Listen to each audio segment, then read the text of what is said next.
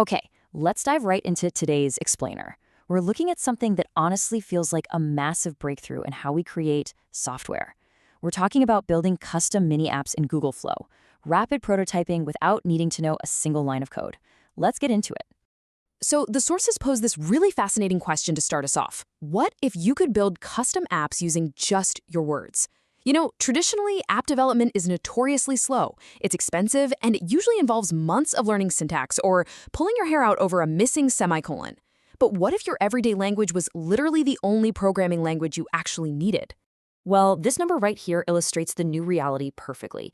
0. That is exactly how much coding experience the sources say you need to build a fully functional mini app today.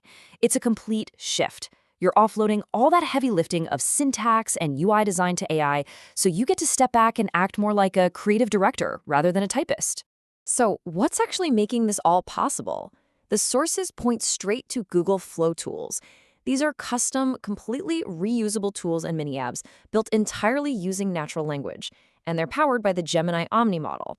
Basically, this integration lets you just vibe code, meaning you literally just describe the workflow or the image editor you want, and the AI reasons through that request and generates the actual software for you. Now, let's talk about the power of the prompt.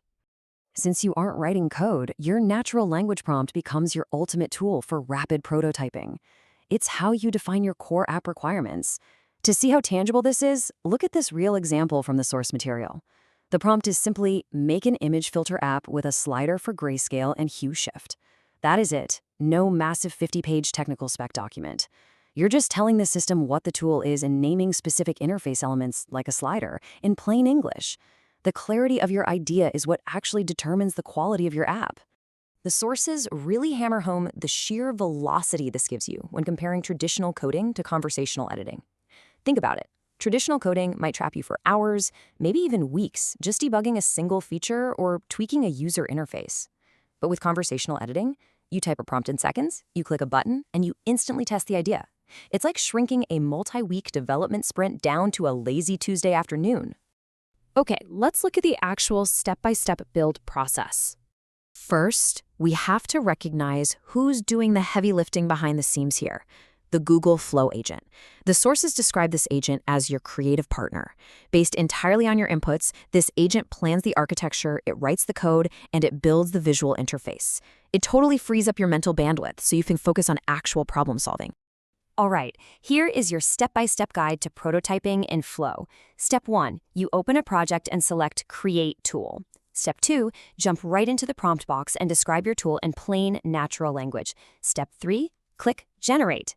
And step 4, review the interface the agent just built for you and click Save. That's really it. You've gone from a raw idea in your head to a generated mini app in moments. But that first draft is just the beginning.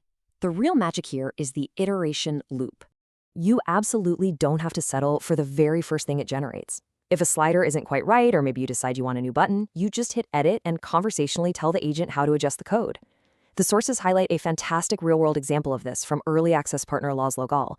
He used this exact conversational iteration loop to create a bespoke tool called Pixel Bento.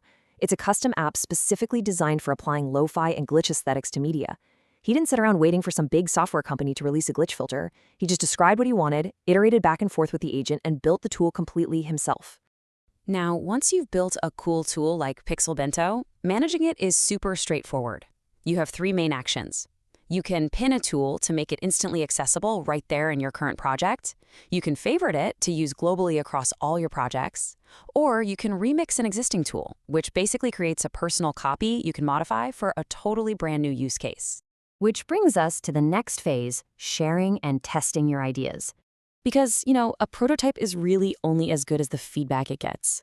Flow makes it surprisingly easy to get your custom mini app into the hands of other users, so you can test these ideas in the real world. Detail-wise, sharing is highly controlled. You simply click Share and copy the link. But here is an absolutely crucial detail from the sources.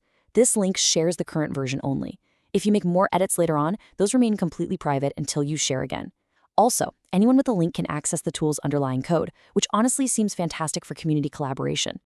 As we wrap up this explainer, here is the big takeaway from the source material. The barrier to creating software just isn't the tools anymore. It's ideas, it's strategy, and it's taste. We are firmly in an era of democratized app building where the technical execution is handled for you, leaving you to focus entirely on your vision. So I'll leave you with this final, somewhat provocative thought. You now have an entire creative studio and an AI agent ready to write code at your exact command. So what problem will you solve today using just your words? Don't wait around. Open up Google Flow, define your requirements, and start turning your own ideas into reality right now. Thanks for joining me on this explainer, and I seriously can't wait to see what you build.